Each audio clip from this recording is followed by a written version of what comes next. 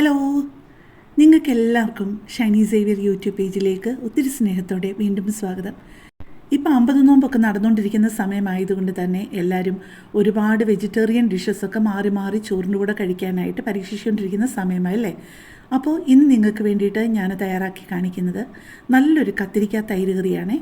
അതിന് വേണ്ടിയിട്ട് ഞാൻ എടുത്തിരിക്കുന്നത് 2 മീഡിയം വലിപ്പത്തിലുള്ള 2 കത്തിരിക്കയാണ് എടുത്തിരിക്കുന്നത്. അത് നല്ല വൃത്തിയായിട്ട് കഴുകിയെടുത്ത് വട്ടത്തിൽ ഒരു 1/4 ഇഞ്ച് ഘനത്തിലും കുറച്ചുകൂടി ചെറുതായിട്ടാണ് ഘനം കൊടുത്ത് മുറിച്ചിരിക്കുന്നത്.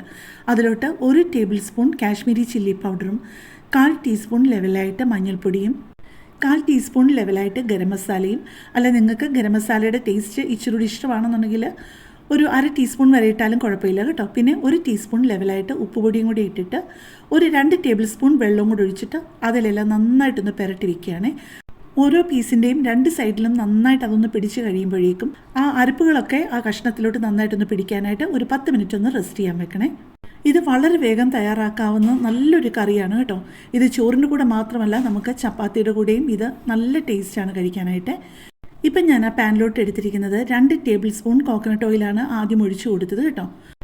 2 ടേബിൾ സ്പൂൺ കോക്കനട്ട് ഓയിൽ വറുത്തെടുക്കാൻ പറ്റുമോ എന്ന് ആദ്യം ഒന്ന് ട്രൈ ചെയ്തെങ്കിലും അത് പെട്ടെന്ന് അങ്ങ് വറ്റിപ്പോകുന്നത് കൊണ്ട് കരിഞ്ഞു പോകുമെന്ന് തോന്നിയത് കൊണ്ട് ഞാൻ 1 ടേബിൾ സ്പൂണും കൂടെ വീണ്ടും ഞാൻ ഒഴിച്ചു കൊടുത്തിട്ട് ആദ്യമെല്ലാം ഒരു സൈഡ് ഒന്ന് മൂപ്പിച്ചെടുത്തു.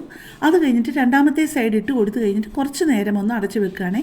ഇത് വലിയ ഘനമായിട്ട് മുറിക്കാഞ്ഞത് കൊണ്ട് തന്നെ വലിയ താമസമില്ലാതെ തന്നെ അതിൻ്റെ ഉള്ളൊക്കെ നന്നായിട്ട് പാകമായിക്കോളും. എന്നാലും ഭാഗ്യം പരീക്ഷിക്കണ്ടല്ലോ എന്ന് ഓർത്തിട്ട് കുറച്ച് നേരം ഒന്ന് മൂടി വെച്ച് കുക്ക് ചെയ്തിട്ട് 2 സൈഡും ഒരുപോലെ ഫ്രൈ ആയി കഴിഞ്ഞപ്പോഴേക്കും അതിൽ നിന്നെല്ലാം എടുത്ത് മാറ്റിയേ. ഇപ്പോൾ ഒരു ചട്ടി എടുത്തിട്ട് അതിലോട്ട് 1 ടേബിൾ സ്പൂൺ കോക്കനട്ട് ഓയിലും കൂടെ വീണ്ടും ഒഴിച്ചു കൊടുത്തിട്ടുണ്ട്. അതിലോട്ട് ആദ്യം ഇട്ട് കൊടുത്തത് ഒരു 1/4 ടീസ്പൂണിൻ്റെ പകുതി ഉലുവയും 1/4 ടീസ്പൂൺ ലെവലായിട്ട് നമ്മുടെ ചെറിയ ജീരകമില്ലേ, ചെറിയ ജീരകവും ഇട്ട് ഒന്ന് പൊട്ടി തുടങ്ങുമ്പോഴേക്കും അതിലോട്ട് 1/2 ടീസ്പൂൺ ലെവലായിട്ട് കടുകും കൂടെ ഇട്ട് കൊടുക്കുവാണേ. അതൊന്ന് പൊട്ടി കഴിയാറാകുമ്പോഴേക്കും ഒരു 5-6 കൊച്ചുള്ളി താളിക്കാനൊക്കെ അരിയുന്നത് പോലെ അരിഞ്ഞതും ഒരു വലിയൊരു പച്ചമുളക് നടുവേ മുറിച്ചിട്ട് ഒന്നുകൂടെ മുറിച്ച് 4 കഷ്ണമായിട്ട് അതിനകത്തോട്ടിട്ട് ഒന്ന് വഴറ്റിയെടുക്കുവാണേ. ആ ഉള്ളിയൊക്കെ ചെറിയൊരു ബ്രൗൺ കളർ ആകുന്നത് വരെയാണ് നമ്മൾ മൂപ്പിച്ചെടുക്കേണ്ടത്. അപ്പോഴേക്ക് ഞാൻ പെട്ടെന്നൊരു കാര്യം പറഞ്ഞോട്ടെ. എൻ്റെ ഈ ചാനലും എൻ്റെ ഈ വീഡിയോ ഒക്കെ ആദ്യമായിട്ട് കാണുന്ന ആരെങ്കിലുമൊക്കെ ആണെന്നുണ്ടെന്നുണ്ടെങ്കിൽ എൻ്റെ ചാനലിൽ ഒരുപാട് വ്യത്യസ്തമായിട്ടുള്ള റെസിപ്പികളുണ്ട്. അപ്പോൾ അതൊക്കെ നിങ്ങൾക്ക് ഇഷ്ടപ്പെടുകയാണെന്നുണ്ടെങ്കിൽ സബ്സ്ക്രൈബ് ചെയ്തിട്ട് തൊട്ടടുത്ത് കാണുന്ന ബെല്ലൈക്കൺ പ്രസ് ചെയ്യുകയും അപ്പോൾ വരുന്ന ഓൾ എന്നുള്ള ഓപ്ഷനും കൂടെ പ്രസ് ചെയ്യുകയാണെന്നുണ്ടെന്നുണ്ടെങ്കിൽ ഓരോ വീഡിയോ അപ്ലോഡ് ചെയ്യുമ്പോഴും നിങ്ങൾക്ക് ഉടനെ തന്നെ എൻ്റെ നോട്ടിഫിക്കേഷൻ കിട്ടുകയും ചെയ്യുമേ. ഇപ്പോൾ അതിനകത്തോട്ട് ഇട്ട് കൊടുത്തത് ഒരു വറ്റൽമുളക് 2ആയിട്ട് മുറിച്ചതും 2 തണ്ട് കറിവേപ്പിലയും കൂടെയാണ് കേട്ടോ. ഇപ്പം നമ്മുടെ കുഞ്ഞുള്ളിയൊക്കെ ഏതാണ്ട് ഒരു പകുതി മൂപ്പായിട്ടുണ്ട്. ഇത് ഉലുവാപ്പൊടിയാണ്. ഇപ്പം നിങ്ങളെ കാണിച്ചത് 1/4 ടീസ്പൂണിൻ്റെ അളവ് സ്പൂണാണ്. 1/4 ടീസ്പൂണിൻ്റെ പകുതിയാണ് ഞാൻ ഉലുവാപ്പൊടി ചേർത്ത് കൊടുത്തത്. പിന്നെ ഞാൻ ആ തൈര് ചേർക്കുന്നതിന് മുമ്പ് ഈ ഫ്ലെയിം എല്ലാം ഞാൻ ഓഫ് ചെയ്തു. കാരണം ഇരുമ്പുചട്ടി ആയതുകൊണ്ട് തന്നെ നിങ്ങൾക്കറിയാമല്ലോ, അതിൻ്റെ ചൂട് കുറേ നേരം നിൽക്കും. എന്നിട്ട് ആ ചെറിയ ചൂടിൽ 3 പൊടികളാണ് ചേർത്ത് കൊടുത്തത്. മുമ്പേ കാണിച്ച അത്രയും ഉലുവാപ്പൊടിയും ഒരു 2-3 നുള്ള കായപ്പൊടിയും 1/2 ടീസ്പൂൺ ജീരകപ്പൊടിയും കൂടെയാണ് ചേർത്തത്.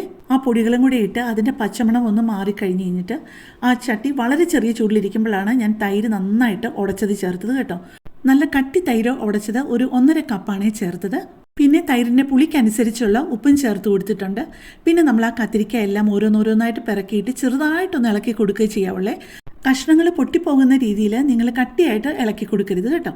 നിങ്ങൾ ഈ ഒരു കറി ഇതുവരെ പരീക്ഷിച്ചിട്ടില്ലെന്നുണ്ടെങ്കിൽ ഉറപ്പായിട്ടും ഒന്ന് പരീക്ഷിക്കണേ. നമുക്ക് ഈ ഒരു കറി തയ്യാറാക്കി എടുക്കാനായിട്ട് ഒരു പാടുമില്ല, പക്ഷേ അതുപോലെ ടേസ്റ്റാണ്. അപ്പോൾ കൂടുതൽ നല്ലൊരു വീഡിയോയുമായിട്ട് നമുക്ക് നാളെ കാണാം. താങ്ക്